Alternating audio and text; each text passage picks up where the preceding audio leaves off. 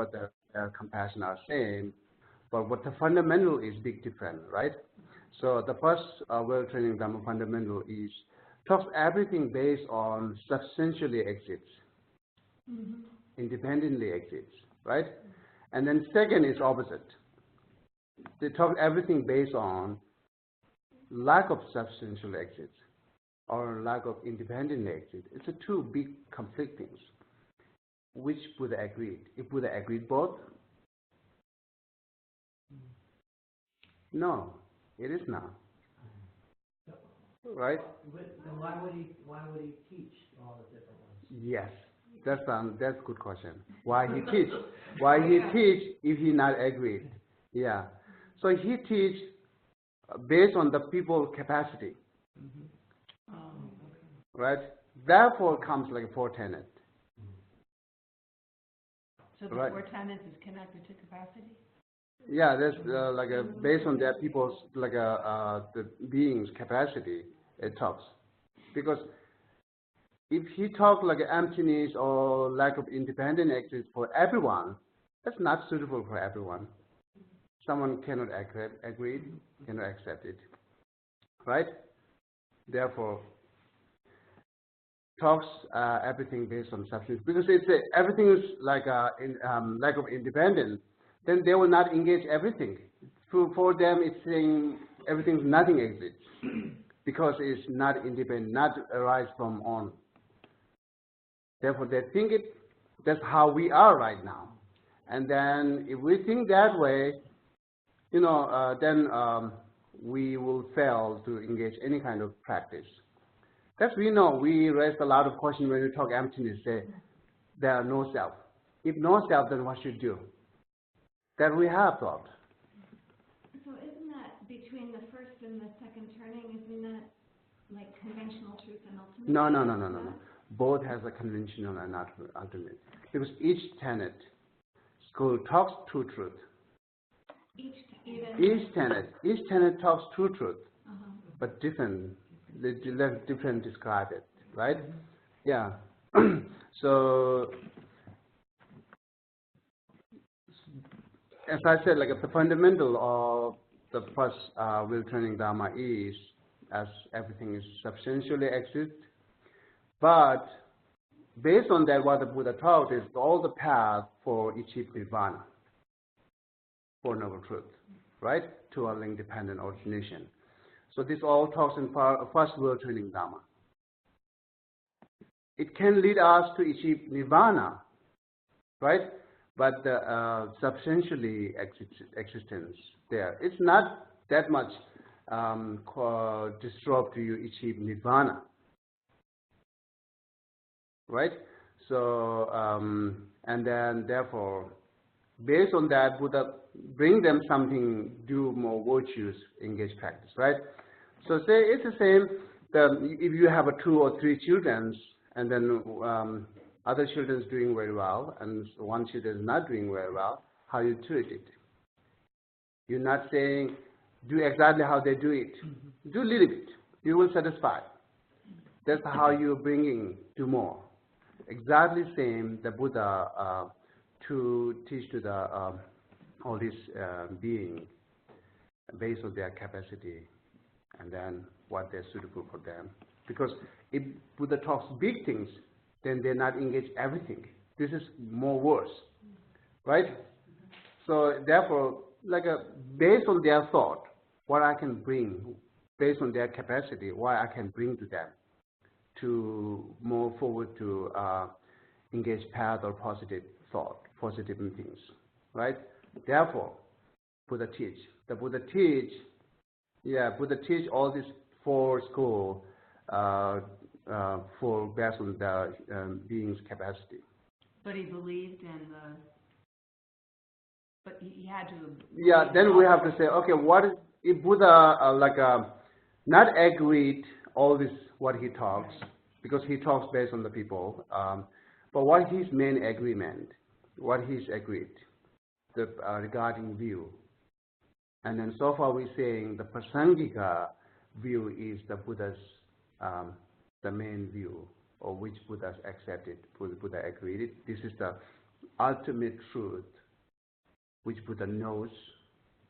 But that ultimate truth, Buddha cannot share for everyone, right? Therefore, whatever Buddha said, whatever Buddha talks, something related with understanding ultimate truth, make connected with that. Make connected with that. And not understand all, like a little bit understand, like they imputed. That's what we said. Like at the first tenet, talks a little bit imputed. Well, how much we understand imputed things, imputed existing things, then we are close to understand ultimate reality, emptiness, which is Prasangika view. So this is the real ultimate. It's a final and ultimate view. So that's the Buddha knows. So Buddha, his own view is that Prasangika view, because this is the final ultimate view, right? Therefore, but Buddha really wants to teach this, the ultimate final ultimate view, which is Prasangika view. But sometimes Buddha cannot talk to people, and then they talk something else, some other things, which is connected with the understanding ultimate truth. So, okay, so that's the things we need to know. But as I said, the Buddha is main proponent of Tenant. Therefore, Vibhashaka, Tenant, proponent of Tenant, they think Buddha belongs to Vibhashaka proponent Tenant, because Buddha talks that. And same as Sotantrika and Chittamatra think Buddha is their own proponent Tenant, nothing else. And all other are not the definite teachings. Right? All other teachings are something. What's the opposite of definite teachings? Indefinite, yeah. Indefinite. Yeah, indefinite, that's the wrong word. Inaccurate. Yeah, inaccurate. Not true, not Yeah, there are some word there, either definite teaching and then something else. Whatever, right? So that's what they accept Buddha is their own, the proponent Tenant. And then Buddha is Vibhashaka, for Vibhashaka Tenant, proponent of Tenant school. But there is, isn't there some logic in all of these four? Definitely, yes. Everything based on logic. Yes. Continuum of logic. Yes. And if that logic still has some foundation in Prasangika, I didn't say that right, but you know. Prasangika, yeah, you did it. Yeah. But does it have, if that's what Buddha believes is the ultimate truth, then wouldn't some of that foundation be in all of them? Yeah.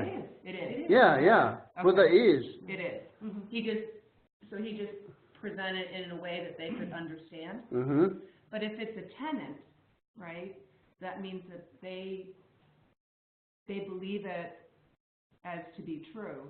So you're saying that in maybe one of these other schools, what they believe then is what they believe is actually the truth. They think they're true. This is the ultimate truth. For them. Yeah, yes. But Buddha was really Prasangika. Prasangika, yeah. Okay, got it. But Buddha talks that they are to them, right? Are they saying that Buddha believes like Vibhashaka? Yes. So everybody's saying that, you know, Buddha's with us. Right. Like I said, today's Theravadins are one of the first tenet.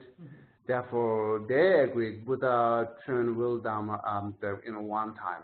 One time, no more than that.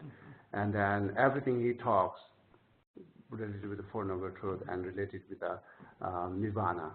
Nothing talks else like related with the omniscience and Buddhahood. Still, they accept that. Yeah. So how do we know that Buddha saw Prasangika as the ultimate truth? Yes, that's a good know? question. Yeah. This is really the good question and really complicated. Okay. But I'm just thinking, like, how do we know that? How we know it, that's what we have to, our experience, let our experience talk, not our intellectual talk. So, because whatever ultimate truth, reality, understanding reality should help us to eliminate all this ignorance. Right. Because we are far from understanding reality, right? And then how much we close to understand reality, that much we should eliminate ignorance. And then main ignorance is self-grasping, right? The thinking self is independent exits. That should eliminate. It should be antidote for that. It should be when we engage any kind of emptiness, it goes to reduce or eliminating that main ignorance, self-grasping. That's the real emptiness. That's how we, and then it takes time to get that experience, right? And some other logics, they say, usually I say that the lower tenet has a lot of subdivisions. And then Prasangika, just one, no subdivisions. It's telling us how come that subdivision, still they're searching the reality. What you said is not, I cannot agree it. I thought that becomes subdivision. Prasangika don't have any kind of subdivision because everyone agreed one thing. That's a little bit telling us what is the reality is. That way we can understand a little bit, not understand 100% though, but something there, right? But the main, that actually let our experience should talk it. Otherwise, even Prasangika view, it go to the, if you can read the Tibetan book, that we have a 4 lineage, right? The each lineage talks that Prasangika view, but they are slightly different there. Where should I go then? We're confused. So therefore, it's really to your reflected on, largely reflected, and then meditate, get experience on that. Then how much reducing your anger and ignorance. That's the point. Yeah. Okay. So you got your answer, right? Okay? Yes. Yeah, okay. Again, one more repeating. Why ask who is the main proponent of Buddhist tenet is Buddha. Okay? Saying this because you need to know as each tenet school talks, Buddha is their own tenet. They belong to their own tenet school. But really not. Buddha talks it, but Buddha not agree it. Buddha accept it. Buddha not agree it. But Buddha not agree means nothing that all rejecting. Like the Four Noble Truth. Suffering is suffering. Buddha agreed. But the part of that Buddha not agreed, suffering is independent exit. Right? But suffering is suffering, Buddha agreed. You know, therefore, something Buddha agreed, even like a first tenet school, but not everything. Their fundamental is not. That's what we need to know. But Buddha talks because based on their capacity. One more. Did Buddha lie then? If Buddha talks based on their capacity, which is not reality, did Buddha lie? Because Buddha talks, which is not real. Well, how you say it? But he didn't tell the whole thing. He just told them up to the point he knew they could understand and comprehend. But if his main view is every existence things are lack of independent exist, this is the real, right? But here saying it's not lack of independent, it is independent exist. Isn't it lying? He said Your emotions say not lying, but logic, you come need logic. Yeah. Okay. Why you say then? Because Buddha says something different here, which is not real. Buddha, it's wrong, right? We just need to progress what he means. But it might be leading you in the right direction. Yeah. That's the point. You can say the point. You in the right direction. But where he talks, big difference, right? You can say it's make related with the right direction, yes. But still it's not real. Buddha talks which is not real. Right? What is truth? I think that's why Vaibhashika is usually more focused on commentary rather than his words. Do you think? No. No? Buddha Vibhashika thinks that 7 Abhidharma texts are Buddha's teaching. But then They think it is Buddha's teaching. Yeah. But based on the comment, the teaching, of course. But You mean commentary? yes, I think, and then moved on to sutra. No. We focus on sutra. Yeah, they do have a commentary, yes. Yeah. It's like a treasure of knowledge. Abhidharma Kosha is the commentary, one kind of commentary. But the 7 Abhidharma is their main text, their root text, which they think is Buddha's sutra. Yeah, so, but the result is this will still get them to nirvana and it will still help their suffering. The Vibhashaka view of Tenant is not really nirvana, but something close to nirvana. But Sautantika, yes. But there we have a good morality practice there. Right. Like the one thing, and So then it still helps them, even if it's wrong. It still it's help. helps them. Some point is help. Yeah. But we thinking which part is wrong, which is not help. That's what we're thinking. But whatever say the Buddha, if I say the Buddha's teaching is not valued because it has a conflict. At the very beginning, Buddha said yes, and after that, Buddha said no. What should we accept it?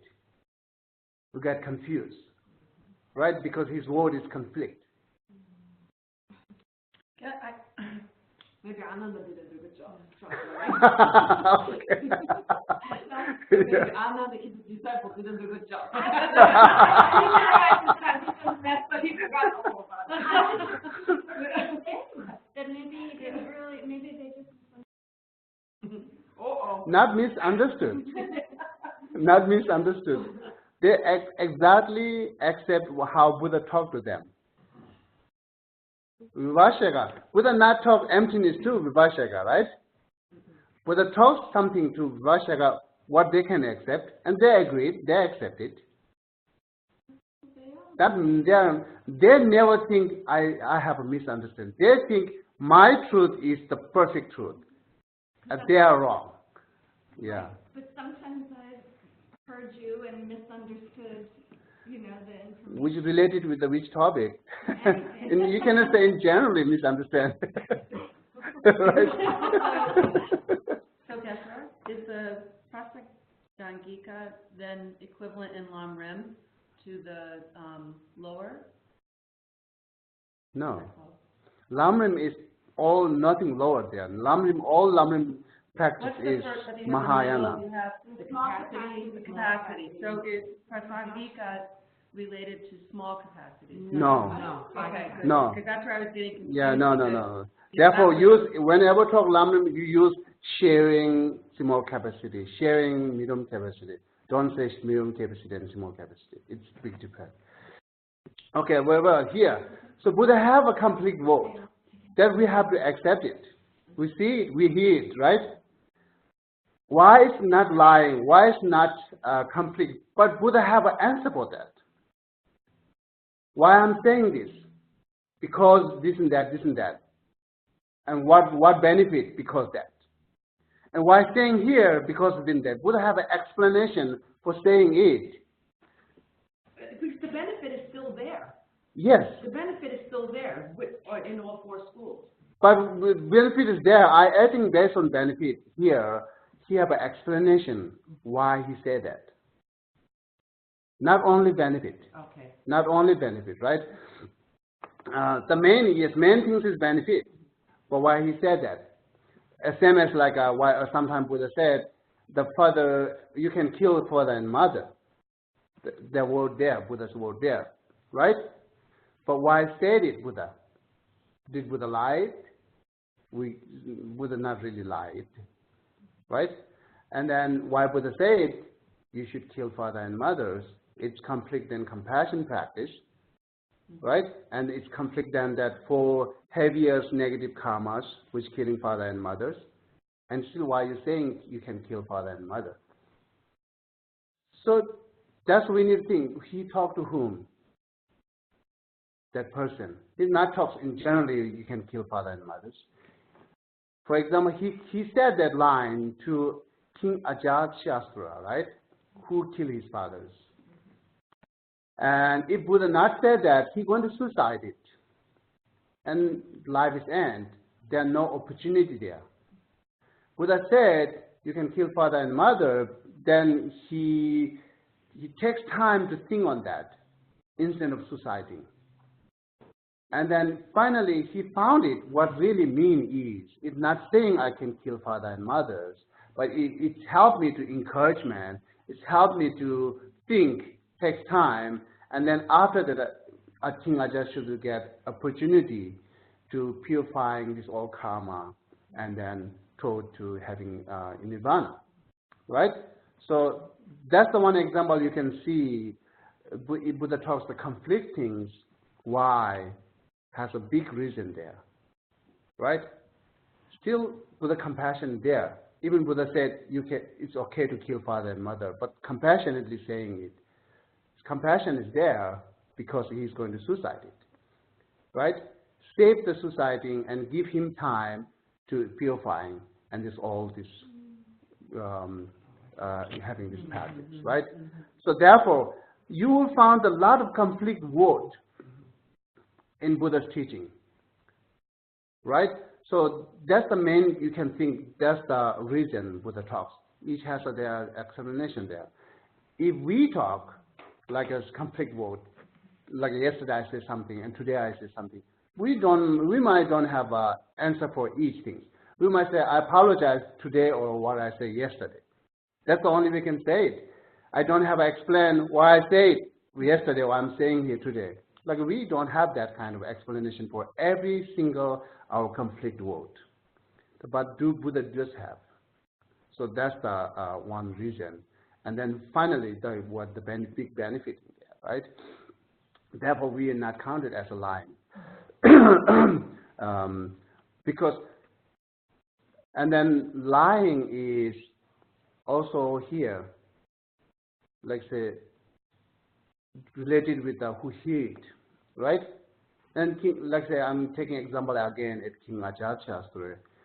He wants to hear that. It's okay. For him, it's not light, right? For him, it's not light, and big benefit there. So if he don't hear that, then Buddha saying could be lie. So therefore, all this Buddha word not related with the lie things, every single word, but there are a lot of conflict words. Therefore, third world trainings comes there because answering for conflict word second and first word training. Why you say in the first every existing is independent exit? Why you say in second every existing is lack of independence? Isn't it too conflict? And Buddha answer for that comes third world training Dhamma. I'm saying it because of this and that. Some point right there. I'm saying it because of this and that. Yeah, that's we do. Therefore, okay, Buddha not lies. We can answer for that. So otherwise, it's not enough. Buddha shouldn't lie. Buddha shouldn't lie. That's not enough. Okay, that's our belief talks. Our belief talks, not logic talking, right? Yeah. Yeah, our admiring talks. I really admire the Buddha. I have a belief Buddha shouldn't lie. That's one good thing. It's good quality, but better have background. That's all reasoning and logic. It will be much better, right?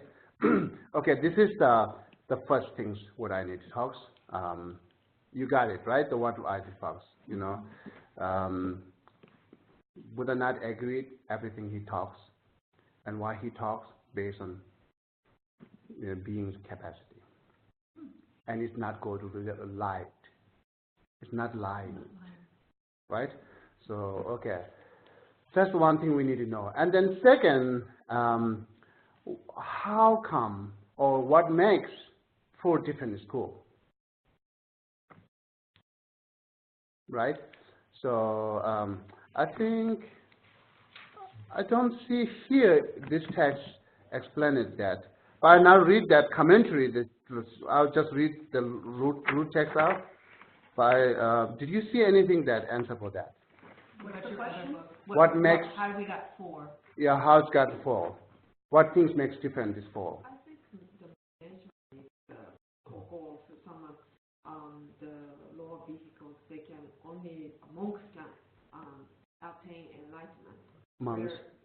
Whereas the Mahayana tradition, everybody can attain enlightenment. But Mahayana has a 2 different schools there. Yes. Chittamatra. You have to say same thing, something that can describe all these 4 different things. Oh, the 4. Yeah, 4. Yeah. Eventually, like progress. Yeah. Okay, we're going from the first to the second. All these 4. What things makes different? Oh. They should have something different there. They have a lot of like a variety different there. Okay. Yeah. But we should think what is the main, makes difference. Oh, you want the main differences. I thought you were asking how did we come up with 4? Yeah, you can say that, answer for that. What you should say, what you can say it. It is okay. Yeah, I'm still keep that answer, a question for that, yeah. Okay. And then answer, try to say what the main things to make different. Right? Ultimate truth are the view of the truth. View of truth, the yeah. Truth, and then the emptiness, whether it exists or not, and then what? I think view of truth is enough. Oh. View of truth cover all this emptiness and everything. Okay. Yeah. Oh, so the view of truth is the main difference between the 4 schools. Yeah, that's what she said. Yes. And then anything else you have? Did you found from book, or if you're not found book, you don't have to be force yourself. It's okay. And we talk about phenomena. Contaminated and non-contaminated. That's we go more individual, yes. But the main things makes different by view. It said, I do not see the many texts saying that. I see the few texts saying it. The 4 tenet school make different by view. All 4 tenets, the main, right, majority, make different by view. It says fundamental things make different is the view. But this is only view. It's a little bit need to think here. The one view, selflessness, which is common between Vivashaka and Swatantrika, as there are common views there between these 2. Then view not makes different these 2, right? Therefore, view not makes different all these 4 schools. That's, some texts say that, yes, it makes different by view. And most of them agreed. You want to go complicate things or just leave it here? Well, in the, yeah. Great difference in consciousness. Consciousness? Yeah. No, consciousness is, all these 4 schools talks many different type of consciousness. The secondary consciousness and main consciousness. They talk also same. Special Swatantrika, Chittamatra, and Madhyamika, exactly same. The Vivashaka a little bit different, but the consciousness is like a 5 sense or 6 sense consciousness. It's exactly same. How is the Vipassana different? You said it's a little bit different, the Vipassana. You mean consciousness? Yeah. Which Yes. one are you at? I couldn't understand. No, and consciousness is not different. Consciousness is a little bit different, means how perceived object is different, right? But with that different things we will talk later. Oh. But right now, what main things makes them different for school as view? But I will add on that, not only view, and then master and textbook. Oh. Master, textbook, and view then makes them different for school. If only say view and then something there, common view there between so Tantrika and Vipashaka, right? Right. Okay. They're different. So what is in the book on page 150? It talks about outsider and insider. So it says 158? 150. 150. Down after the definition of tenant, it said schools of tenants are divided into two types: outsider non-Buddhist and insider Buddhist. There's a difference between mere outsiders and insiders, because persons who go for refuge to the three jewels from the depths of their hearts are insiders. Yeah, this is making differentiate between non-Buddhists and Buddhists. But Why it's called outsider and insider? That's what you think? yeah, but it's also, but they said the schools are divided. No, this old school belongs to insider. Okay. Insider. Right now we're talking Buddhist tenet. We are not talking. I skipped that. Talks all this non-Buddhist tenet because time period, right?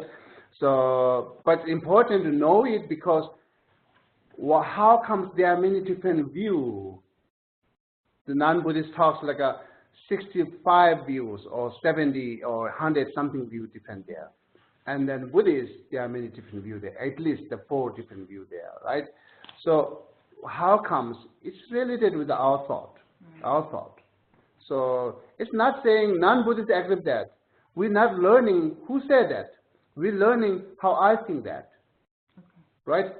You know, they're learning their tenet and then think back, am I thinking the same things, right? If I is, and then right or wrong. That's how I need to go. It's not saying we're not just watching movie, right? You are actor. So in there. So, okay. Yeah, what's the outsider or insider? The term outsider or insider, I think who gives maybe Buddhist. The terms come from Buddhist, insider and outsider. We are inside. Yeah. You are outside. Well, they made a reference of outside. So not really say that. Not really say that I'm inside, you are outside. The saying here, outsider, insider, is how you engage path is more related with the outside actions. The Buddhist is the engaging path and looking peaceful, more related with the inside path, inside mind. You know, therefore, wherever we say, if you are not happy, change your mind. You are happy, change your mind. We say, change your mind. We not say, eat food good, right? So therefore, it's related with the inside. That means outsider and insider. If you not understand the explanation, you will think, oh, they are in, I'm out. Not like this. It's not really saying it, right? You understand, right? Outsider and insider mean how they engage the path. Okay. And just to be clear, just because of the use of the word, they also say that the outsider looks to a god of transient world. Yeah, outsider, they have a lot of tenant exception there. So they're looking outward, and the inside is looking more inside. No, they are engaged path. Like, say, for example, like a Hinduism, they go to Ganges River, and then take shower, think I'm purifying. Okay. Right? It's relying on outside, external things to purifying it. We never accept go to Ganga and then take shower and you purify it. That's simple, very easy. Yep. So we not accept. We say if you really want to purify it, need a full power. Yep. All this related with inside, regret and commitment and antidote, all this related, most of related to inside, right? That's how to pay it, engage it. That makes sense. Yeah, that's the outsider and insider. Your path, when you engage the path, more rely on the outside, external things. That's the outsider. When you engage path for peaceful, more relying on inside, that insider. It's okay. So it's good to know. Otherwise, the terms makes you a little bit confused. It's not saying, it's not the bias word, right? It's not the saying bias thing. It has a meaning, right? Okay. So now we go back. The view and then master and their the doctrines make them differentiate for school, right? Doctrines, yeah. That's the one thing, and also, as we say, view. They have a different accepting dependent origination or dependent arising. The dependent origination is different exceptions between these four schools. Dependent origination is different from dependent arising?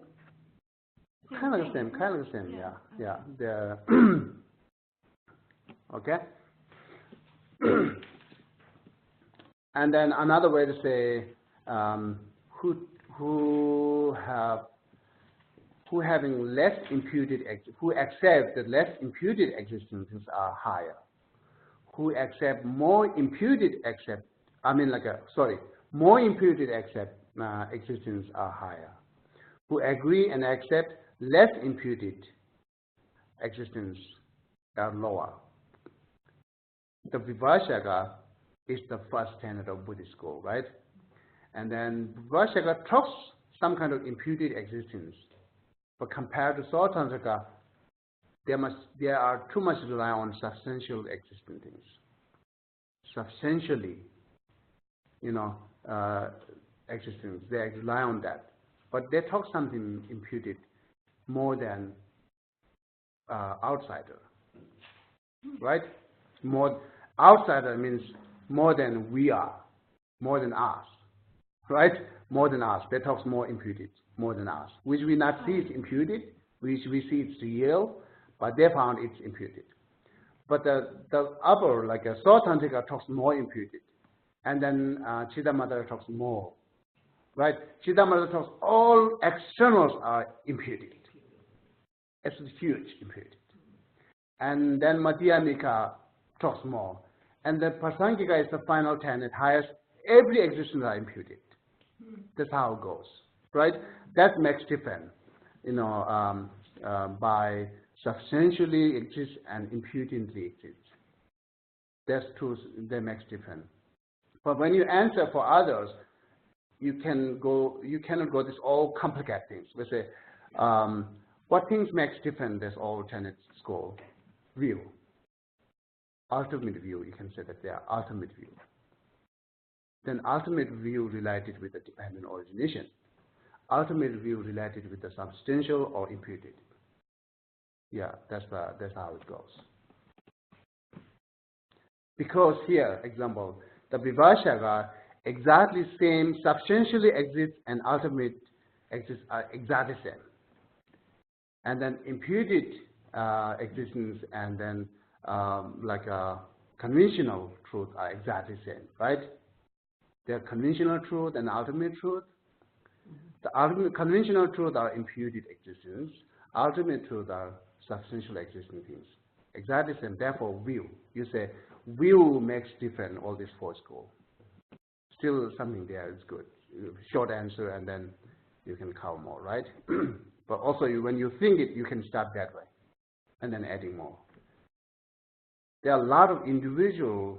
There are variety of individual different there, right? But that's we cannot cover everything, but we go a little bit here and there. Okay. So that's one thing. Then here, the Great Exposition School. Okay. The page 174. It is not the subdued thought that affords vehicle. All fifth school of tenet exists in Buddhism. There are no. Page 174, the last line. Right? It says that. Also, we need to think what it means. The vehicle. Well, so far what we're saying is three vehicles, right? What are the three vehicles? No. Oh yeah, great what? Vehicle. Okay, one. You got one. Then what? Lesser vehicle. No. Oh, So, okay. Tantra, Hinayana, and Mahayana? This is two-way ago. Now we're talking a three-way ago. Is solitary realizations, right? Hearers, and then great vehicles. Oh, I got one. Yeah, this talk here, four, no more four means there are three. No less than two, no more than three. It talks definite. It's a definite number. It says here, right? Page 173, the last. The number of school of Tenant that follow our teacher is definitely 4. The two leisure vehicle schools, great exposition school, and so that's okay. So definitely 4. The Tenant, no more than 5, no more than 4, no less than 4. And what Why saying it? Why saying it? Right? Why is definite? Yeah, how come? Yeah. It covers everything. It covers everything what? Sorry, I mean, I'm just like, my mind is... But it goes all the way from things being substantially existing. Let's say, look at the non-Buddhist, the outsider. Non-Buddhist like have like a 6 root Tenant school, and then there are 64 or a lot of branches there. It is there, non-Buddhist. But why Buddhist only 4?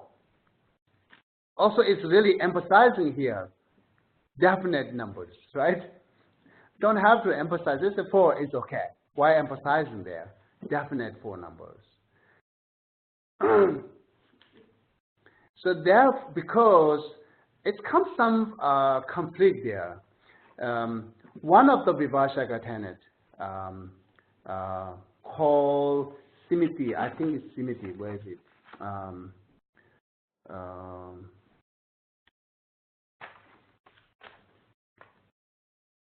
Simithia, one of the Vivashaka Tenant, almost accepting Atma. Almost accepting Atma. Or some are saying, yes, they are accepting Atma.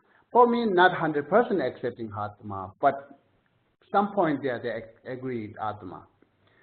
So then, if they agree with Atma, they are not follow 4 seal or 4 mudra, right? The one of the 4 mudra is selflessness. And who agree with the Atma, they are not agree with selflessness. That question can become, now these are the not Buddhist tenet. Then how come it's Vivashaka? That question could become there. It's there. Someone talks there. And some are talks. Tantrika and Vivashaka tenet are not that big different.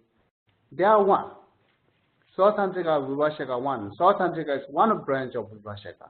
There are 3 tenets. They talk there. Talk not just thinking, not just imagine. They talk. They write it. So therefore, for them, answering is yes, definite 4 number. To clearing that confuse, one of the Vivashaka is accepting Atma, but still like a Buddhist. Right? And Tantrika is different than Vivashaka, but they think it's one. Therefore, let it say it. Definite 1. Definite 4, I think. So you're saying it's a definite 4, because if you think about... Because it has a conflict, because people talks more than 4, people talks less than 4. For them answering, no. Tantrika is different than Vivashaka. It is 4. And then the one of tenet who say, who accept the Atma, still they are Buddhist because they take refuge. But even they not follow all these 4 seal, they took refuge. They are Buddhist. Same way that, like say, if you don't like some group, right? But you are still belongs to that group. But you are going join that group, but not mentally because you don't like it. I'm here because I belong to this group, but mentally you're not really happy in that group.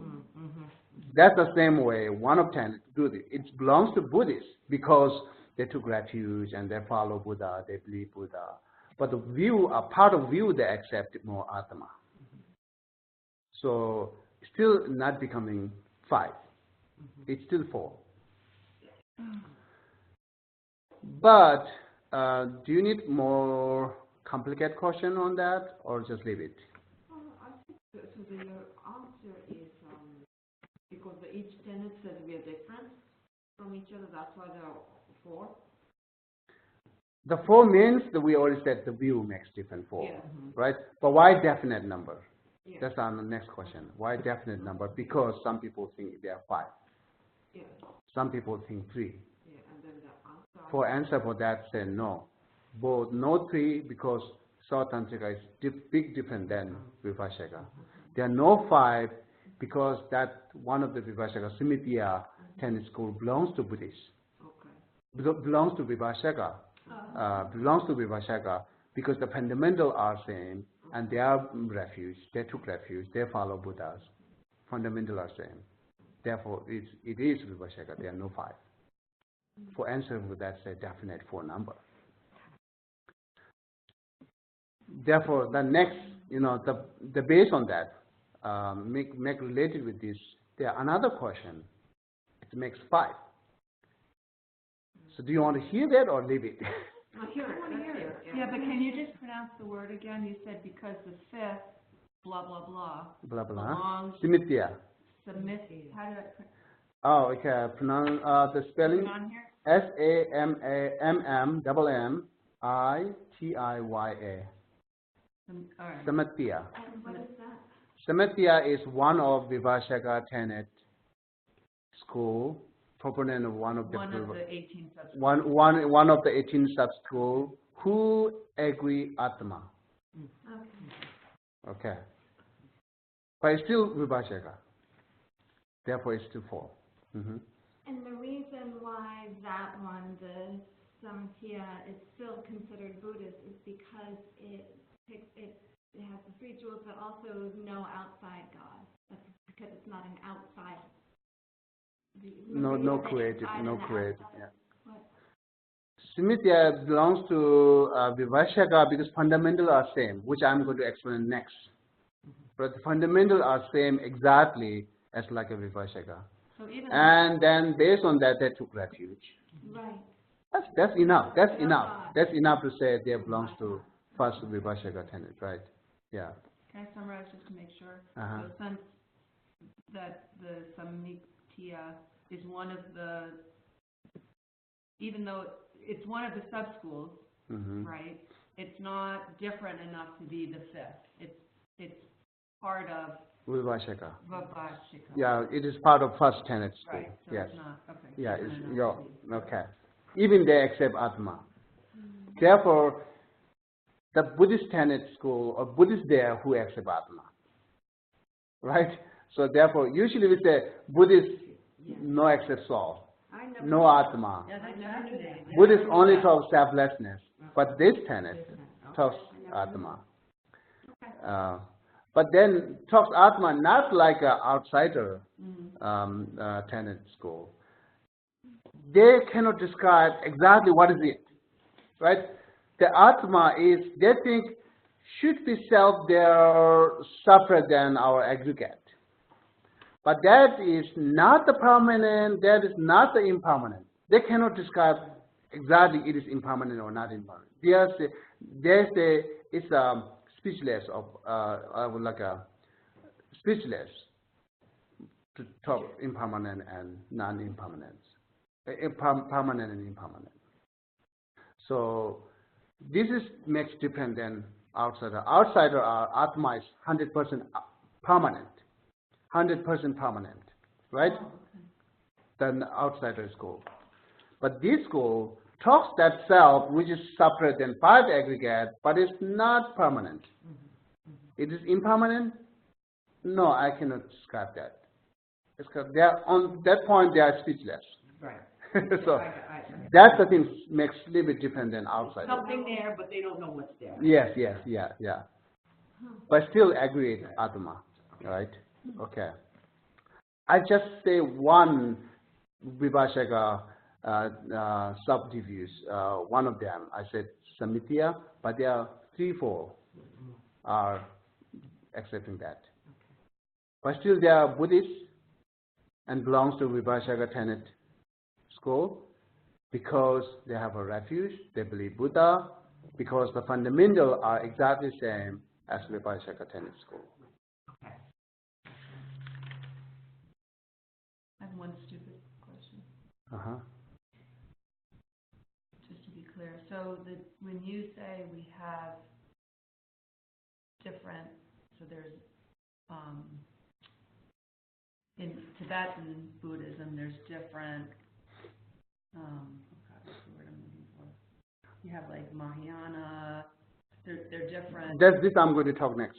Oh, okay. Yeah, I'm going to talk next. Thank you. Now, one complicated thing is here. Let's say today, I very much have a belief to Vibhashaka Tennis School. What they said, it's exactly how I like it. What they said, exactly how I see it. Perfect. I am belongs to Vibhashaka Tennis, right? And someday I'm keep learning book. I'm keep reading book, learning and learning and learning. And someday I see, okay, South Tantrika is much better than Vibhashaka. Today I belongs to Vibhashaka, but now I almost give up Vibhashaka and then move to South Tantrika. That proponent Tenant school belongs to none of this, but still Buddhist Tenant school. The Satrantika. None of this. One is in between when you're... Between, yeah. For example, I take example first two tenant system, right? Could be like I'm Chidamata today, but somehow I see it's wrong, and I'm going to more join to the Mahamadhyamika tenant, right? And today I'm an autonomic tenant, and then somehow I see wrong, I might like to join to the Prasangika view. In the middle, you are give up this, you don't like it, but you not really get this in the middle. Okay. Right. That person should be proponent of Tenant school, Buddhist Tenant school, because they agreed for seal. But this is none of those. Oh, okay. But still Buddhist. But you know, that's I'm just mentioning it. You don't have to go deep there. But why I'm saying it's possible Vibhashaka Tenant, proponent of Vibhashaka Tenant school can be moved to Sautantrika. They can be moved to Siddharmata. They can be moved to Madhyamika. That's the only I want to show you. Therefore, I mention it. Otherwise, you don't have to go this all this. That's good that you mentioned, because that's how I feel. Okay. So, no, like sometimes I feel like I have one foot in Hinayana and one foot in Mahayana. Sometimes I move between the two. You know, I'm not. And does Hinayana fit into these? No. Well, the first two, right? Yeah, the yeah, first two, yeah. So, so that, you know, because I can be moved, you know, I can change my mind. Obviously, I was Catholic. I'm no longer, so I moved. Right? So the same thing can happen here, right? Yeah, it could be moved. So that's depend on how much you see wrong, how much your wisdom grows, right? How much you developing your capacity or ability. That's depend. Yeah, that there are definitely there who change that they are tenant. It's not permanent. You belong to that, you know. Okay, that's what I want to tell you. Okay. So that's the one thing I like to cover, and that's actually comes from this question, right? Definite numbers. Okay. Now you say page 174. From it starting from page 73, it says the two lesser vehicle school, great exposition school, and Sotantrika, and two great vehicle school, minor school, and middle way school. Again, it's really complicated. Okay, this is more complicated. I don't know how to explain it. So, but here the term is same, but the big difference. Okay, here say lesser vehicle and great vehicle. And saying first two tenets belongs to lesser vehicle, and second two tenets are belongs to the great vehicle, which is Mahayana and stuff, right? Is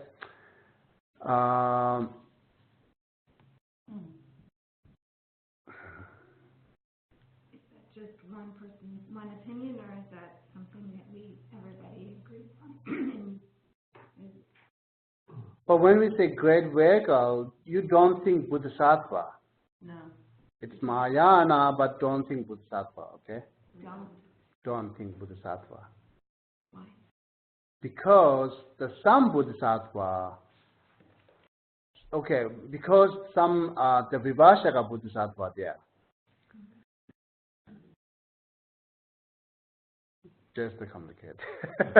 Just complicate. But Hinayana doesn't believe in Bodhisattva, right? Hinayana, yes, but the tenet, first two tenets, okay. does. Okay. Does. I mean, first two tenets. Sorry, okay. It says.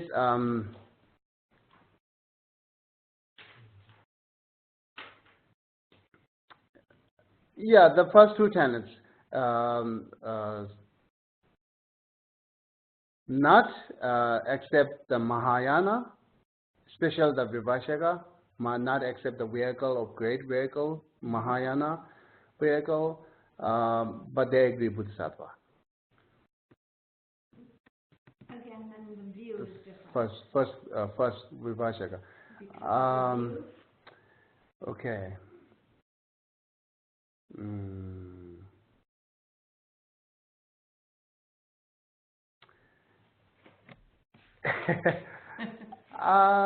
Maybe we skip that, right?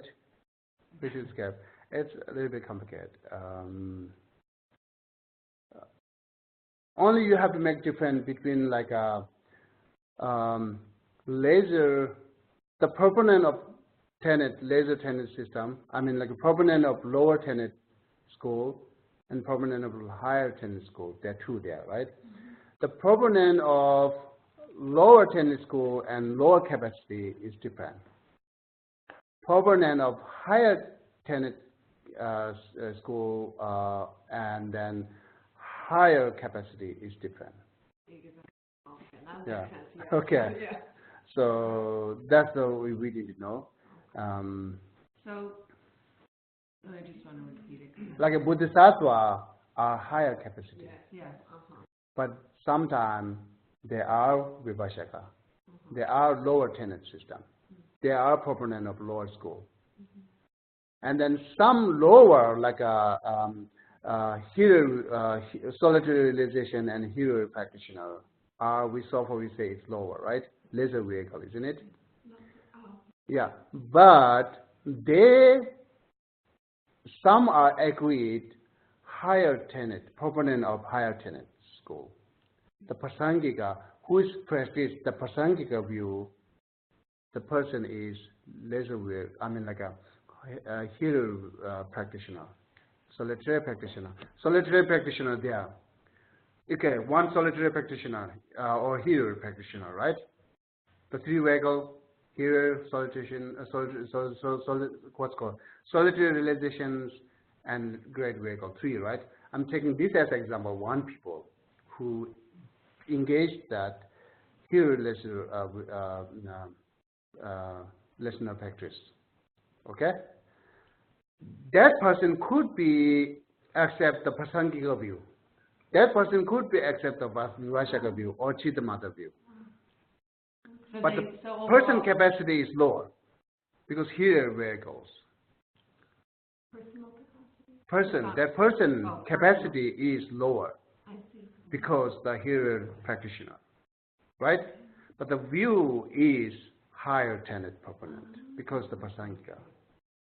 So could that also mean, though, that you might be, that you just might, you may have like 8% in the Madhyamaka, whatever, Whatever. school, but you believe some of the things in the others. Right. Would that be the same thing? So even though you're in this area, if you're saying, if I understood what you said, I could be at a lesser vehicle and still believe and be part of that tenant, but still believe in bodhicitta, right? Yes. So that could be the same for Laura. She's not necessarily in the Shika school, but you believe some of the things. The another side to say, okay, I'm now Bodhisattva, right? Example. Don't look at that. I'm exampling. Not I'm Bodhisattva. So example, I'm Bodhisattva. Then my view could be related with the proponent of lower tenet school. Okay. Right? Also, my view could be related with a higher tenet school, proponent of higher school. My view could be real emptiness. My view could be like a lower school views. Therefore, I'm high capacity here. The person is high capacity, but their view is related with the lower tenet school. And person could be lower capacity, their view is related with the higher. That's the knowing it. Then what how it helps you to clear your mind is, don't think every lower capacity belongs to the lower tenet system. No. Every higher capacity belongs to the higher tenet. It's not. It goes like that. Right? Is it clear? Very clear. Okay. So how do you know then? Now you have a question for what is the lesser vehicle and great vehicle? Well, before that, how do you know what school you're actually in? So that's depend on how much you learn at each school.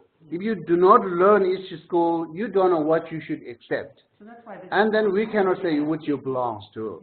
Right? Your experience then. Yeah. Not necessary experience, like more knowledge could be makes you belong to that each tenet. So that you can develop your belief system, because if you don't know what school you're in. It's not only belief. So far we're going through by the belief system, but this is not good way to go. Right. We need to learn each tenet, and then you think, okay, I like this. I will keep, this is my view. I will keep, this is my doctrines, and this is my main master. And then you belong to that, right? So until then, we are in space. And right now, in generally say here, we hear this tradition is Mahayana traditions. And whoever comes to learn here, we think it belongs to the higher tenet school, and their capacity is higher. Which is because Mahayana, Yeah. that's we think it. And that's what I'm trying to say, Gloria, because after reading, what makes most sense to me right now is the Sautrantika school. Okay? But I'm learning from here higher understanding. But right now, this makes the most sense to me. Yes. And then one more repeating, without learning each tenet system, you will never ever know which you belongs to. Okay, that's good to know. Yeah. There are no basic there how I know which I belongs to, right? And then in general you can see I belongs to Prasangika view school and I belongs to Mahayana. So far you can say that, but still learn more.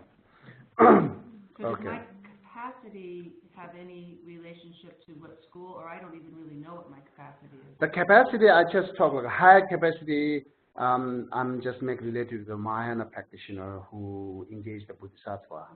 I mean the Bodhicitta. Yeah. Okay, now it's clear, right? So that's a few things I like to clear before we start go to individual tenet. The definition of proponent of Buddhist tenet is also good to know here. Page 176. First, second, third, fourth, fifth paragraph. Before talk the definition. Let's see. The definition of proponent of Buddhist tenet is a person who asserts the four seal, which are the view testifying that doctrine is Buddha's. This is the definition, right? Therefore, in the middle one, still related with that definition, but none of this Buddhist school. But we debate a lot on that. We have a lot of say, okay, no, should be belongs to one of Buddhists. There are no more than 4. Should be belongs to one of these, because until you not give up 100%, you will not agree it. When you agree it, you already belong to. There are no middle. We debate it. We debate a lot on that. There are no middle. Someone say there should be middle, right? Whatever, something there. That's what we need to know, right? That's the definition you should think like, okay? The Buddhist. Therefore, it makes different Buddhist and proponent of Buddhist Tenant school, right? Every single Buddhist is not necessary that accept force will, because the taking refuge is enough to make you Buddhist. And then taking refuge, nothing say for still, right? Therefore, difference between proponent of Buddhist Tenant school and Buddhist. I mentioned it last class. You forget it. But you know now, right? It's just repeating, no problem. So here, this two is different. Now, this is definition is for proponent of Buddhist school, Tenant school, not just Buddhist. Okay? That just Buddhists not necessary to follow this all four seal or need to know or accept, not necessary. Just take refuge, you're Buddhist. Okay. So, but the proponent of Buddhist Tenant school are Buddhists. Isn't it? Without refuge, they are not going to, they accept for seal because they know what is the Dharma is. So, therefore, whoever the proponent of Buddhist Tenant school should be Buddhist. But the Buddhist not necessary to proponent of Buddhist Tenant schools. Okay, there are two different ways to make differentiate, right? Okay, this is the only that proponent of Buddhist Tenant school. And then for seal, all compounded phenomena are impermanent, all contemplated things are miserable, all phenomena are selflessness, nirvana is peace. This four you should know, because when I explain the individual tenet, what their different exception, I'm talking based on this four seal, because it cannot cover every single thing, right? Okay. Quick question on a word. The last sentence in that subparagraph says nirvana is peace, because peace is not bestowed by Indra. What's Indra?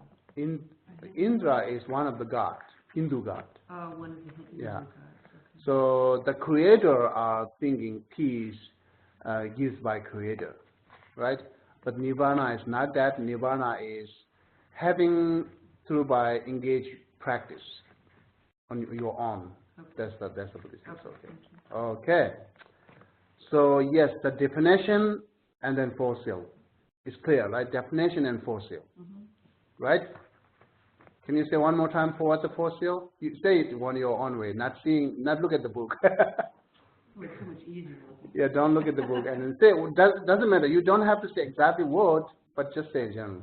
Compounded things. Simple, all phenomena, all compositional factors are impermanent. Impermanent, that's the word. Okay. Contaminated things are miserable. Yes. Or suffering. Miserable or suffering. Yeah. And nirvana is peace is the last one I'm trying to third. All phenomena are Selfless. Yes. Okay. Okay. So four seal, right? That's needed to know. Okay. Now we go into the great exposition school.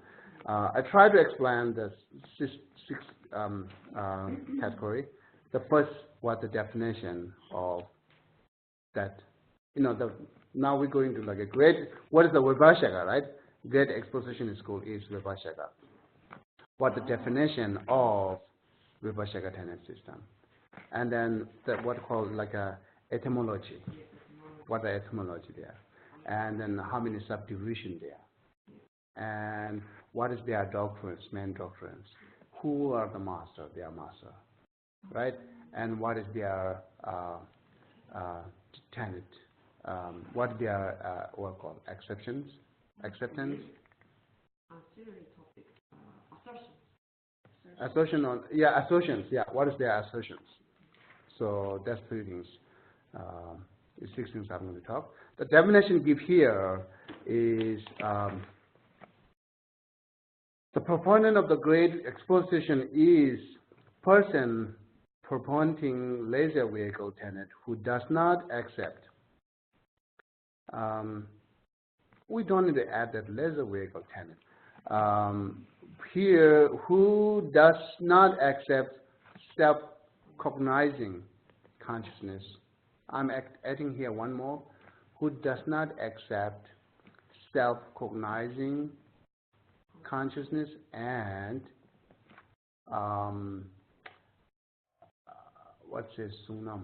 I have something here. Aspect of the apprehended object. Aspect of the apprehended object. Or is a image. Okay. Illusion, No, not illusion. Aspect is a aspect of the apprehended object. It goes related with a more image. Therefore, saying here, who does not accept image and self-cognizing consciousness, and who assert external object as being truly established. Now, this is the definition of Vibhashaka. What is self-cognized? I'm going to explain it. Oh, okay. I'm going to explain it. I thought everyone knew, and I was just... Yes, self-cognizing consciousness. Self-cognizing consciousness is that saying consciousness, perceiving consciousness. Yeah, okay. One's own Goes, yeah. awareness of oneself. What's that? Aware of oneself. Aware on self, not just on self. Aware on consciousness. On consciousness. Yeah. So on page 179, that bottom paragraph, the last sentence, has a definition for self-cognizing consciousness. I didn't know if you... Oh, yeah, here. Yeah, thank you. A self-cognizing consciousness is, roughly speaking, a mind awareness of itself simultaneously with its awareness of an object. It means mind perceiving mind. I'll go with a more detailed example, right? Let's say I consciousness is one consciousness, and I consciousness brings us memory, remembers, right? Let's say today I see book through my eye consciousness, and tomorrow I will remember the book, and also I remember my consciousness. I consciousness see that. I will remember both eye consciousness and book, isn't it? How you see? I see it. That's you said, right? Yeah. My eyes see it. So you remember both. So point of that, easy can say we remember book because our eye consciousness keep that image informed to our cognitions. Our eye consciousness that reflect that book to eye image, our eye consciousness, it informed to cognitions. That easy to remember tomorrow. But how you can remember eye consciousness at the same time? You know, there should be, there's something there which is help you to remember it. We remember book because our eye consciousness help us remember book. But how we remember my eye consciousness, that self-cognitions perceived it.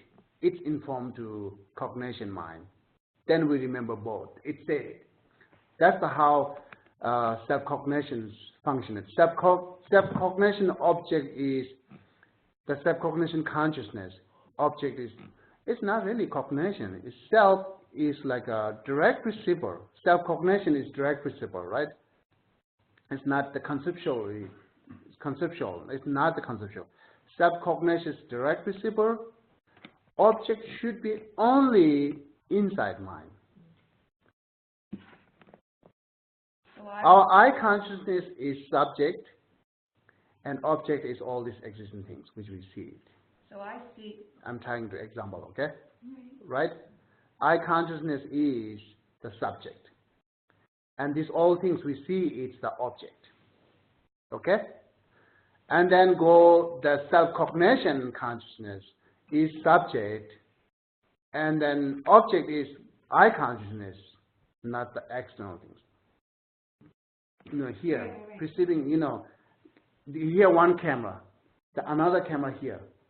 They're catching up both, right? This camera catch up only what in front of that.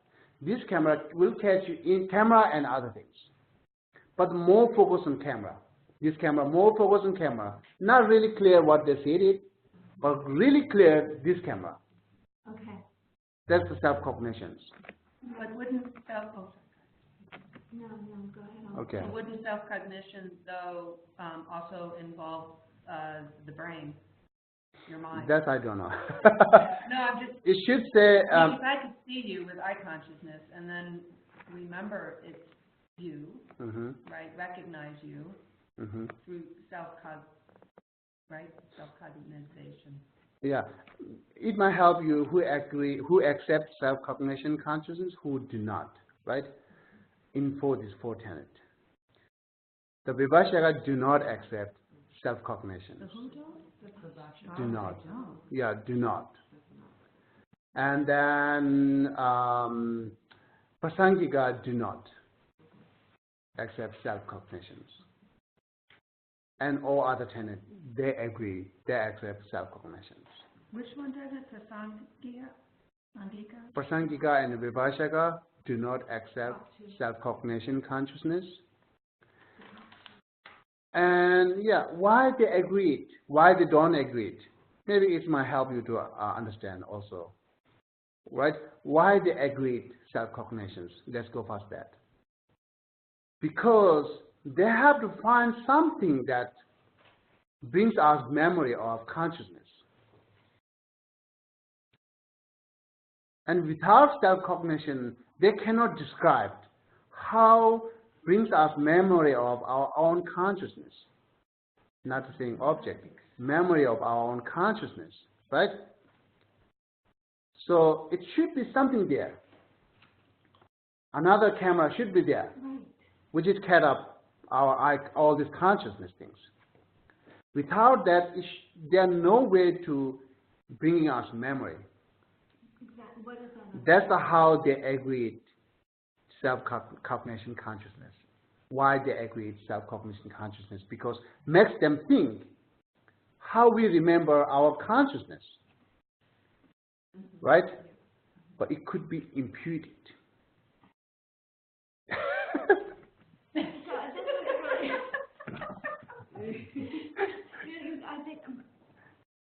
I don't know if this is part of the four tenet, but because you're talking it is about because definition, yeah. My question Oh, okay. is because on any day, my eye consciousness sees so many things that I never remember the next day. Not necessary. Not necessary. Some other thing that makes me remember something.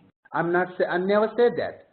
I never said that whatever we see is remember. So what is that thing? Is that other camera that you're? No. This is like your attention and consciousness not go together.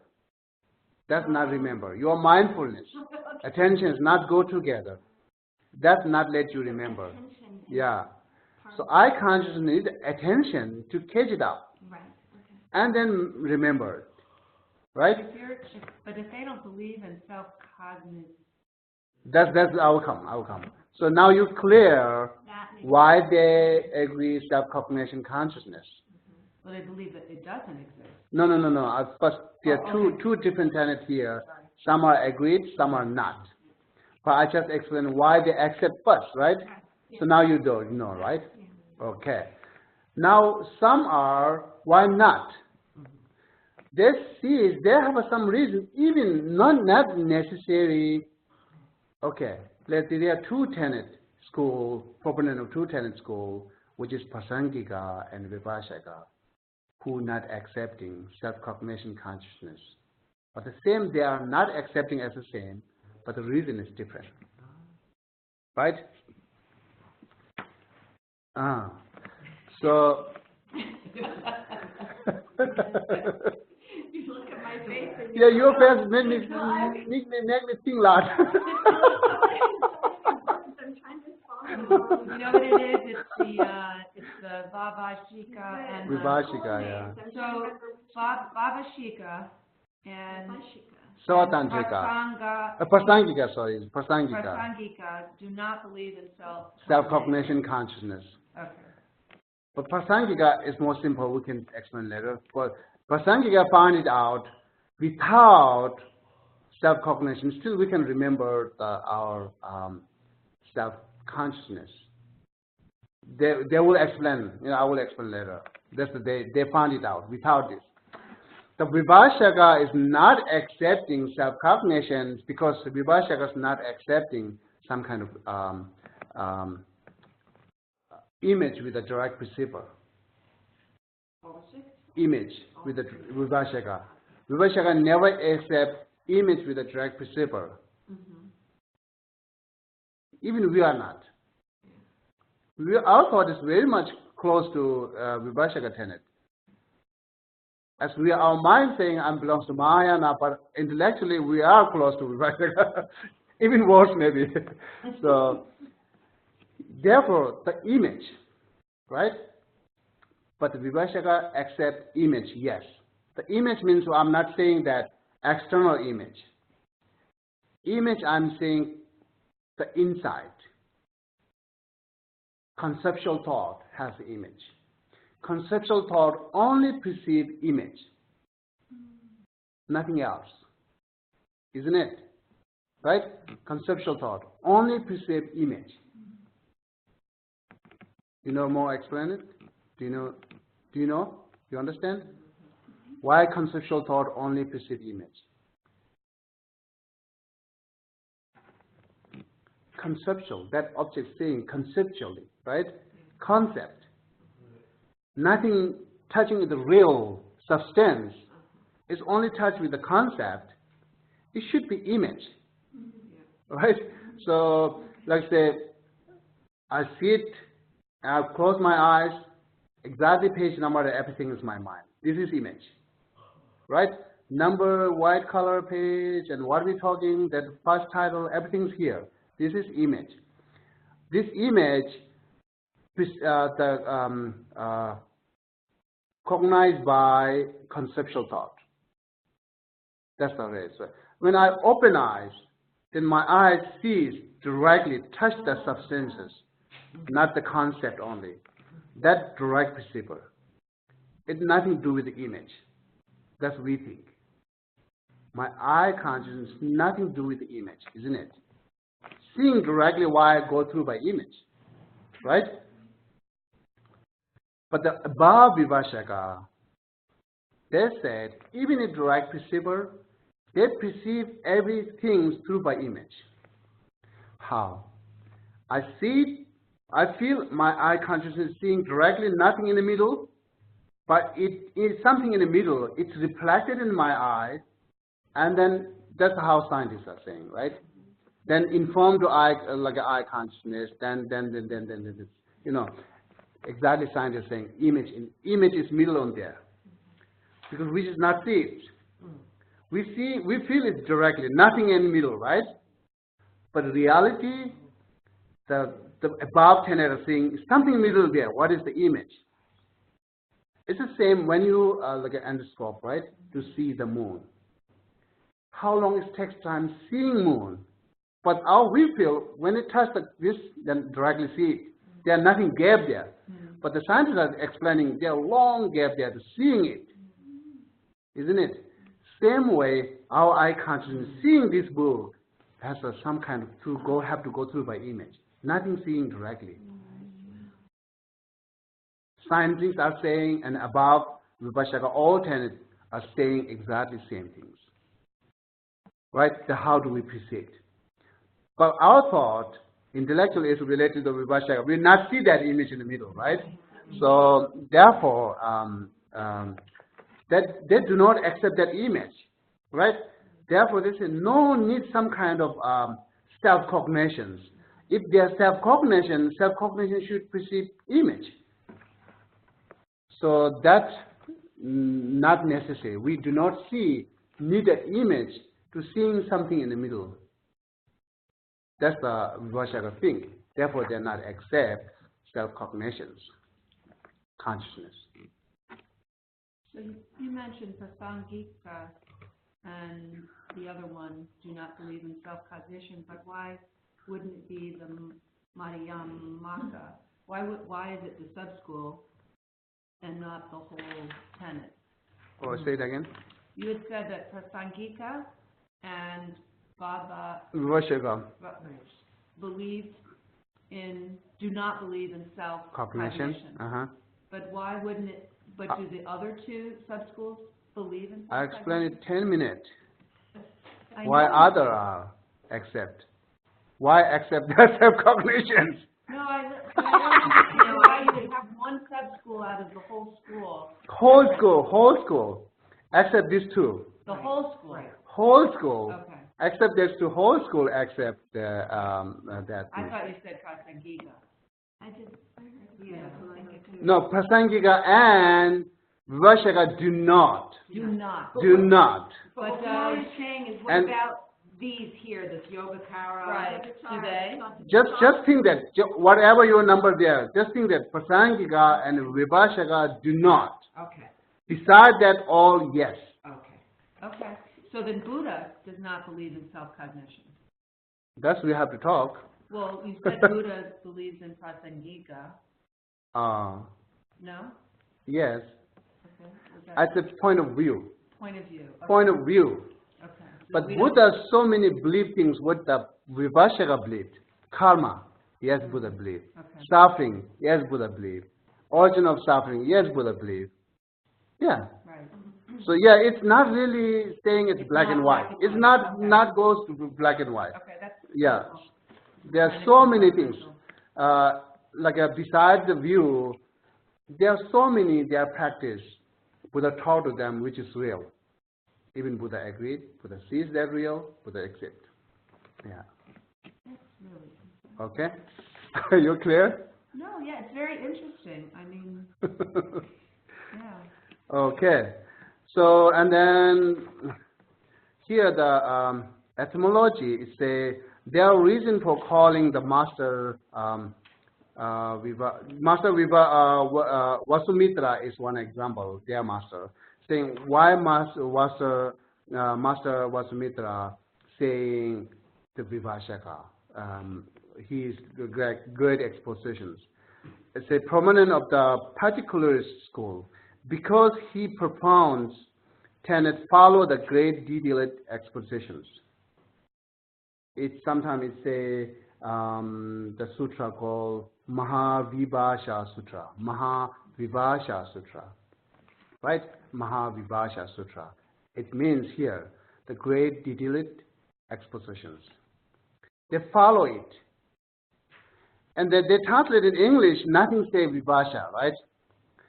But the meaning in Sanskrit is a Mahavibhasha Sutra. Or Mahavibhasha Shastra, right? For we say Mahavibhasha Sutra. Vibhashaka saying Mahavibhasha Sutra. We are saying Shastra. Okay, Shastra and Sutra is different, right? Shastra is commentary which is written by a sentient being. Sutra is the text which is written taught by Buddha. The Shastra and Sutra, right? So here, Vibhasha, that is a Mahavibhasha Sutra. They follow that text. Therefore, say Vibhashana. Vibhashaka. Therefore, they call Vibhashaka because they follow the Mahavibhasha Sutra. That's the one reason. It said it, yeah, right? Great detailed exposition. You might see, if you read in only English, then why call Vibhasha? Right? But exposition is here. the great detailist exposition, and because he proponent that 3 times past, present, and future objects are particular or instance of substantial entities. Not the only 3 times. Most of things substantially exist, very much relying on substance. That the Vibhashaka Tenant school is very much rely on substance. Therefore, when they get one term, they have to find it out exactly what is it. They are not really satisfied through by term, name. When say human, then they're digging. What is really human, right? They say cow. They're digging until they found some substance of cow. They are not satisfied just accepting cow with the concept, right? So, therefore, the Vibhashaka Tenant school are very much rely on substantialists. Therefore, I said we have a 3 body here. Last time I said it, right? The one body which comes by karma, one body which goes by like a food eating and everything, one body which is taking actions. The 3 body is different substance because they see action, karma's body, and the body which grows by the food.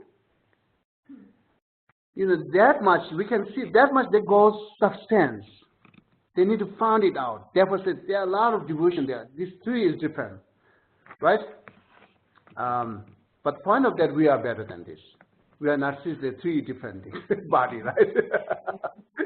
But if you think their ways of their things, you might say something. But we are not analyzed that much. Therefore, we are better. So whatever, they are too much rely on the substance, right? But as same as like South Tantrika, still rely on the substance, not like a Vibhashaka. Okay, because the explanation, the line of definition is saying here, where is it? And who assert external object as being truly excellent. This exactly same goes with the South Tantrika. Okay, this is the epistemology. They too much rely on substance. Therefore, there's a Vibhashaka, and they follow the great expositions, which is Mahavibhasha Sutra. They have called it Vibhasha, right?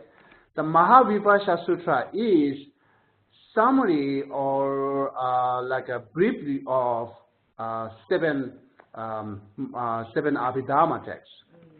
So their main text is 7 Abhidharma texts. Besides Sutra, they think this is the Sutra, actually not, but they think this is the Sutra. And they also accept the Buddha Sutra, which is Four Noble Truth, teaching the first wheel Dharma. All this first wheel turning Dharma, the Buddha's teaching, like they agreed. Based on that, and they think 7 Abhidharma Sutra, they call it. But who written by Shariputra and Mokulputra, Katayana, and then some other, the master is composed this book, the 7 different Abhidharmas composed by 7 different masters. Not 7. I think 5 different masters there to compose these 7 different Abhidharma texts. These are their main doctrines, which they're learning. All this Tenant talks in here. And then this is like a Mahavibhasha, which is great exposition text doctrine is makes summary of the 7 Abhidharma, right? This is composed by one Arhat. I don't know what's called. We call it Jajumba Nyerbe. That's what we say Nyerbe, and so forth. Some Arhat collected that the text. It's not translated in Tibetan. It's translated in Chinese. It's translated in Chinese language. The great exposition, but not. Maybe a few years before I hear that Dalai Lama said it, we're doing it. We're translating it. I'm not really clear it's finished or not. But earlier, not translated. the text. And then what we have is Abhidhamma Kosha, which is composed by Vasubandhu. Vasubandhu, yeah. He's the proponent. He's the proponent. You know, he is proponent of Vibhashaka. And after he he followed his brother Asanga, then he became a Chittamatra proponent. Does he change it? So it's a good example there. He also saying Mahayana is no more exist. Mahayana is not the Buddha teaching. Vasubandhu said it also with his earlier life.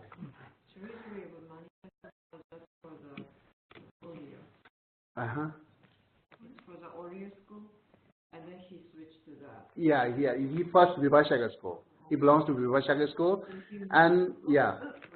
Sorry? He wrote a book. He wrote a book, yeah. That's Abhidhamma Kosha. Yes. Abhidhamma Kosha, treasure of knowledge, that we say, treasure of knowledge. Abhidhamma Kosha. It's not that long. It has 8 chapters. I memorize it all, but I forget right now. We have to memorize it. So this chapter is, this book is making summary of these two, the 7 Abhidhamma's text, and then great exposition. Research all these things, and then all the essence put in that Abhidhamma Kosha, which is not extensive. We learn is 2 years. We learn that Abhidhamma Kosha is 2 years. We use exactly Vasubandhu text, which is translated to Tibet. So studying the Vasubandhu text, Abhidhamma Kosha, is equivalent to study all these things, because all essence and meaning are here. So therefore, if you learn the Abhidhamma Kosha, you will know much better Vibhashaka Tenant schools assistant. Abhidhamma Kosha, great treasure. It says great, treasure of knowledge. Sorry, it says treasure of knowledge. Treasury of manifested knowledge. Treasure of manifested knowledge is manifested knowledge. Yes, yeah. Kosha. Abhidhamma Kosha. Kosha? This is the one of text we studied in monastery. Abhidhamma, yeah. To part of studying the lower Tenant school. And you don't think it's in English, though? I think it is. Abhidhamma Kosha, this is the root text. All this like a stanza talks here, but self-commentary there. Vasubandhu also wrote the commentary for his own Abhidhamma Kosha. Both are, I think, translated into English. So Vasubandhu wrote the Abhidhamma Kosha. And self-commentary, commentary on that, yeah. It's on Amazon. Yeah. It is Amazon. Yeah, this is their doctrines. Okay, now you know what they study it. Okay. We don't know like everything what Vibhashaka accept, but we know much better because Abhidhamma Kosha covers a lot. Abhidhamma is those composed by Vasubandhu. Okay. But that's also part of Vaibhashika. Yes, that's exactly the thing. What the doctrine of Vaibhashika. Still, we're talking about Vaibhashika. No, I just put them together. You remember I'm tall. Yes. Oh, okay. You know what it is? It's the term. So they all sound the same. So I'm trying to pull it all together. Okay. So yes, and then say past, present, future. This allowance substance means that what they're saying is, right, I'm the one here. When I become a teacher, they call me teacher. When I become a father, they call me father. When I become a student, they call me student. But the same person, different name. Same, every existing things, say past, future, present, is like that. Nothing like a past is gone. Past is there. Because I said, there are too much on substance things, right? That's the past. So when they hear the term, they have to find it out, what is the past? until they found some kind of substance, they were not satisfying, accepting it is exists. The past is exists. They say future is exists. Present is exists. Right? As same as like one person has three different names by their activities. The one thing has three different terms by their like a time period. One thing has three different terms, which is past, present, future, by their time period. But not really that things are gone and not coming yet, or still there, not like that. So it's because they rely on substance, right? You understand? Like how they function. How they function. They're saying past is there in the past tense, right? Future is there, it's in the future tense. But what we think is future has not come yet. No more, nothing exists yet. Past is not exist yet. It's gone. But they are not saying that. You can only recognize one. Present, right? Yeah, we only accept present. Samskara? Present is samskara? No, are you explaining samskara? No. No? Okay. I'm explaining that definition here says, Oh, okay. because proponent that three times past, present, and future objects are particulars instance of substantial entities. Therefore, it's different than the past is actually past is gone. No more exit, isn't it?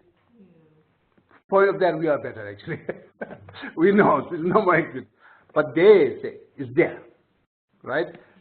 Same like the one woman become a mother, one woman become a children, one woman become a daughter. It's called daughters, mothers, or teachers, but the same woman, right? Same way, past, future, present is described that way. Yeah, just roughly, if you know roughly, this is enough. So they all work together to produce who you are today. Something like that? The past? Nothing there. Nothing that all work together, right? So, because the past works only in the past tense, future works only in the future tense, and then present works only in the present tense, not all combined together. No way they can combine together. There's no way. So, they cannot meet each other. Is something like potential part of that way of thinking too? Like the potential for, you know, you born a daughter, you have the potential to become a mother. So is that part of how... Like say we grow up since and young, right? That our past, when we were young. We have a photo right now, but besides photo, we will not see how I young. But what they're saying, you are still some point there when you were young. But where? It's not here at the past tense. At the past time is there. Can I see it? Maybe no. I cannot see it. Then how you say past tense there? Because you call it past. Should be something there. Otherwise the term is where? There are no basis to say a term. The basic, they rely on substance. That's like essence, you know, like the essence of who Laura was when she was 7 is still, there's some essence that is still in the present. They are nothing saying essence, anything, nothing saying. It is there. Past is there. That's the only they said. It's nothing saying a continuum is here or nothing related there. Past is past. One term is there. It's there. Yeah. So it is gone for us. But they say that we don't have to make excuse, but we learn what they said it is there. Right? I'm getting confused because I'm hearing it's gone and it's there. Yeah. No, I'm saying for us. Who us? For here, we are. We are. Forget our tenant. We are thinking past is no more exit. Right. That's more related with the higher tenant. Yes, it is. But Vivashaka not saying that. Vivashaka saying past is exit. It does exist. But past exists not in the present. Past exists in past tense. Like the past is still there somewhere? It's still there somewhere. That's what they said. That's what they said. Future is future is there, but then we cannot see. We Yeah. only see this moment. Yeah, But then yeah. only selected people can see. That can No. I think I read in the text that it says only that the selected person can realize that This is we complicated. are here. This is complicated. So omniscient. Actually, what they're saying is, if future is not there, it cannot come into the present. Future should be there. If past is not there, shouldn't we go through by here to there? But we don't need to go this all complicated. But what they're saying, generally you should know that the three things, like three past, present, future, is substantially exists. Substantially exists because each thing is exist at their own tense, right? So that's the. But the main things they're giving example past, present, and future example. But here mainly saying is they are too much rely on a substantially existing things. Every single term should be have a substance, right? So when say dog is dog, then there's what is dog? There are some substance there we call term dog, right? But sometimes we give name lion to dog, say lion. They are not really substance there to call it lion. We think it, we label it on that. But the Vibhashaka are not thinking. If you call it lion, some substance should be there which hold that concept. That's the Vibhashaka said it. Quality, yeah. I have a question from online. Okay. Would Sean Ho? So his question, or I guess, would Vibhashaka believe that if there is a time travel machine, do you know what that is? A time travel? No. A machine that can let you visit different Right. times. I don't know that. Yeah, he said the present me, can the present me, in their belief, meet the past me or the future me if there was like one person meeting another. So if you're saying that the past exists in past tense, it's not here now. If you were able to go back and see it, would you? If there was a way to do it, would you? I don't know. Really, they agree that way or not? You can see what is past tense. I don't think they're accepting that way, but they said it, but not really proved it. They said it. Then it's still there. You said. Sorry. You said that they say the past is still there. They said it. Right. So why would? They said it's part is still there, but we can see again or not. That's I don't know. Because the question is can I go? Could the present me meet the Past me? That's I don't think they agreed. Where our logic, our logic should be agreed because it's substance. It's not that concept, right? It's not that just image.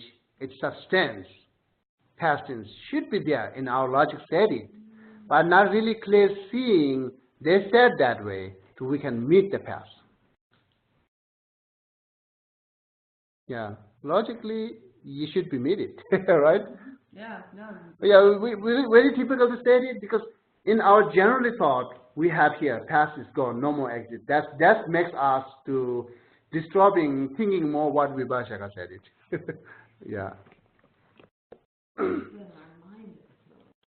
Yeah, but there's a lot of psychology out there that says you. So therefore, when we listening any kind of Tenant system or every teaching, never mix up with your thought. You have to think about it to try to. You can think it, but it can make caution, right? Your thought make it caution, but when you listen it, put your side caution is like if your thought on the side, and make it clear mind and listen it. After you listen it, understand clear, then you can bring this back your thought and mix and ask question. This is better. Otherwise, when you way beginning, when you're listening with your own thoughts, you will not understand clear what they said it. Right? Okay, so now you read the Carlson. So here a subdivision, here the 4 root, and then other branches, totally 18 subdivision there. The 4 root, we said it, 4 root actually way beginning, I found it another text, really explained with a very much detail how they divide it, when they divide it. Earlier I didn't see that book. Actually last year, but I forgot that book. I have it, that book. So last night I read it, very get interesting on that. So the first one is saying Mahasangika. Mahasangika is saying it's biggest group, right? And then second one said Theravada. Theravada is seniorest monk. Seniorest monk and biggest group, that's called 2 group. So at the second the collections, concealing Dharma, second concealing Dharma, at that time, we say 116 years, right? They have a lot of conflicting, confusion things, because after a long time, just Buddha passed away, there are not really big monastery there, because everyone just follows Buddha, and Buddha moved to here to there and here to there. So they don't have a big monastery at the one place. And after Buddha passed away, and they sponsor the king's help, and they built monastery, and then more groups comes, and more big, 1,000 and 1,000 monks comes together. And then when 1,000 monks comes together, and 1,000 opinions comes, right? 1,000 opinions comes, and they get conflicted. And then way beginning, when they get conflicted, and most of youngest group go to one side, and then seniors go to one side. That's how divided 2 group at the way beginning, the Vibhashaka tenet. And after that, then get more subdivision in these 2, which is called the biggest group called Mahasangika, and then Theravadas is called senior group. They put senior group as a side. Senior group are not let it go what they think as before. But youngest group are more talks and more investigate, say, what you accept, we cannot accept it. And then the youngest group become a more bigger, large group. That's how divided the way beginning at the second concealed Dharma. And then after that, slowly, it's some books say it takes 100 years to conflict, arguing each other, until that third concealed Dharma, when they see the sutra is the King Titi's dream. Until they see it, they argue. But it goes well, but they argue continuously. It's almost 100 years there. And then after they see it, then they come all together. Okay, you accept, you are right, your own way, I'm right, my own way. Okay, we are both Buddha's followers. So that's how comes together. It's very interesting to reading it. I just check look after 1:30 a.m. to reading it. Because it makes it interesting to say more stories there, right? Okay, that's how it becomes a subdivisions. 18 subdivisions there, right? And then what is their doctrines? As I mentioned it, and then who is their master? As Gosaka, Visvamitra was here. One is mentioned here. Who is that? Vasumitra, right? Who's that? When they give definitions, they said something. Okay. See. Yeah. Vasumitra. Master Vasumitra is the one. And then Gosaka is one, and Dhammatriti, Buddhadeva, and Samgabhadra. This is all their master at the time. But Vasubandhu, which is we are familiar, he belongs to this tenet, and and then how he changed it. He's very sharp faculties. More than Asanga. His logic is, Asanga is deep. Yeah. He's sharp. So one day they argued, and then Asanga has a clear mind, clear wine, and then they argued. They said, okay, the baby in the cow's mother womb, how it looks like. Asanga has a clear wine. He says the baby has the white dot in their forehead. That's Asanga said it, because he clear wine said it. And Vasubandhu saying, not only that, also top of the tail should be white. Vasubandhu not sees that, because tail is colored, you only see that. Nothing the tail is touching here, right? The Vasubandhu use logic, right? Tail is always touching here. It is white, tail should be white. Vasubandhu use logic, and then Asanga used the clear wine. The clear wine is lost, loosed. Because when the baby comes out, the both has a white here, top of the forehead, and then top of the tail. That's what. So that much he is smart. But when he debates on some kind of profound meaning, he always lost. You know, because Asangas keep receiving teaching by the Maitreya Buddha.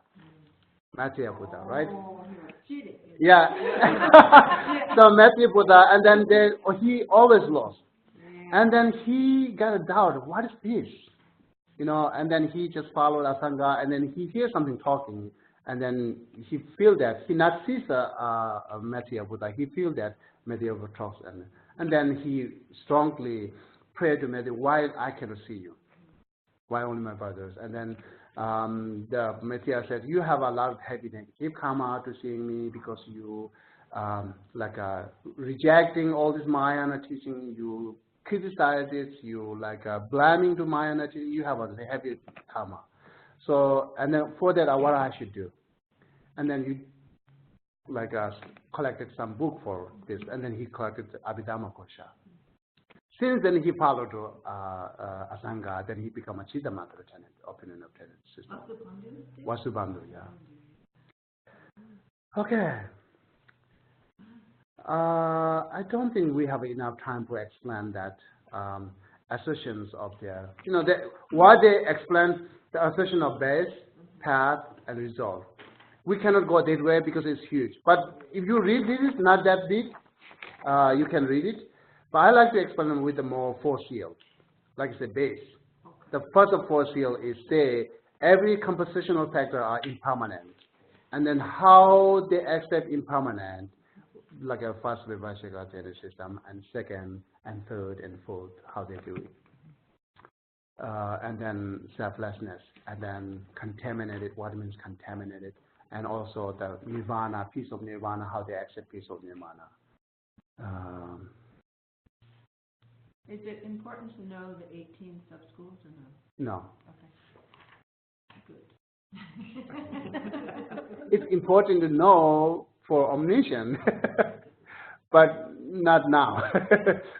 So because we cannot go a lot of details at the same time.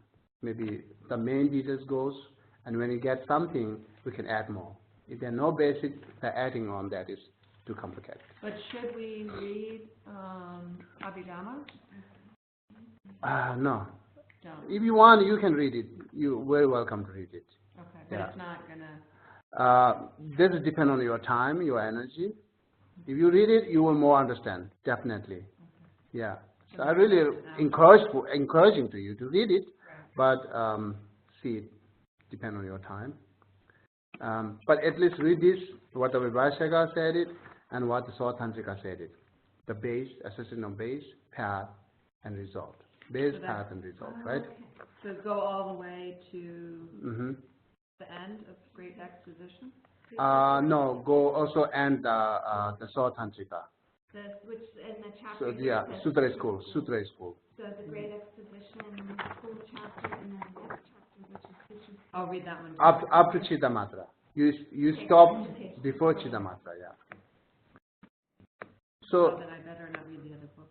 this is important to know how they explain this three-way: base, path, result. Seeing the result is depend on base, The base is nothing moving, nothing changing, no result. How base is changing in our normal life, in normal things, how naturally how base are changing. Based on that, then they see, okay, we can this path. Based on that, we can achieve this kind of path. We can bring this kind of path, good path. If we have this path, we will have that result. This all result and path measuring by the basis, right? Then basis is nothing like a convenience, and then nothing changeable or nothing there, no path, no result. Is the Four Noble Truths considered basis? Yes, Four Noble Truths is basis, True Truth is basis, all these five aggregate, and then the consciousness, every consciousness are the basis, right? All form, all consciousness, all suffering, and all origin of suffering, all are basis, and True Truth as well as. So understanding basic, then let us understand, okay, suffering. Now origin, okay, now I can try to eliminate origin, because it's changeable. And by eliminating origin, then I can free from suffering. This all knowing it, then you try to build path, and result cessations comes there, right? So yeah, that's how, this is like a way, practical way to explain these things. Yeah. Otherwise, you will not see it, base, path. It's really, everything is measuring from base. Same as Tantra practice. Tantra practice is measuring by basis. We have a channel and everything here. If we don't have the channel things, we cannot do any practice. So we have the channel things that makes us opportunity to build, change it. All right. Okay, so I try to explain next time, but next Saturday we don't have a class here. No class next week. Every first Saturday I have to go. Oh shoot, I have it on the calendar. Oh, you change it. So. We just did 5 Saturdays. Okay. Next I have to go. I told you every first Saturday skip that. Yeah, I know you did. But when we did the calendar, we just wrote first Saturday. Okay. No class, and then follow. Try to cover this their thinkings, and then also Sotantrika. Briefly mention also Tantrika. Okay. Oh shoot. Mm-hmm. What? Change the calendar. One of the Saturdays we have 2 things happening at the same time. What is that? Oh, the Janet? No, not the Janet. That other guy. We can skip that. The Ricochet. We can skip because we are here always, right? March. So after this, there's how many I'll classes fix left? the calendar. Yeah. 3 classes There's 3 after this? classes left. Okay, because I'm going on vacation the first Saturday of May, and I don't want to miss the class, so we're good, because then we end on the 28th. First Saturday of May, Yeah. no class there.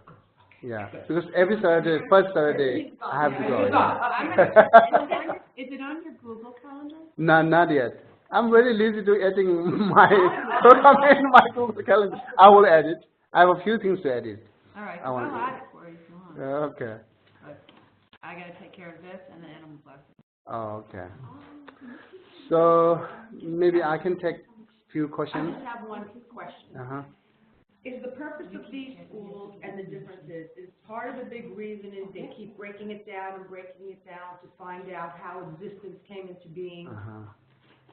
That's a big purpose of all these Yes, schools. yes. Yeah.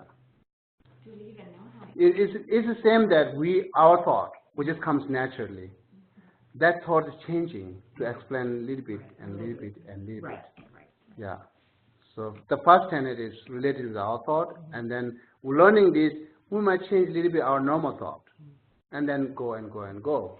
It almost reminds me a little bit of that Stephen Hawking and the explanation of everything, or the Big Bang Theory, or how everything came into being. Is right. Yeah, it could be imputed. I don't think so. I don't think it's the Big Bang. We not explain that way. No. So who is right? We don't know. Yeah. Buddhists explain different way, and then scientists explain different. We don't know. Yeah. Each has a explaining, reasoning, but we really don't know which is the really truth. Okay. See, the other religions make it easy. It's just a creator. It's simple. That's easy. Yes. That's, you know, a lot of things which we cannot give questions. We have to say, oh, it's nature. They have an answer for that. It's not nature, it's created. So many things we have to say nature. Even Buddhists, we have to say it. Even we believe they're cause and effect things, we have to say it's nature. Right? Why water comes down, not up? Nature. Okay, so I can take one question from online. Any more questions online? I'll unmute you. Hold on. Okay, everyone's unmuted. Everyone's unmuted.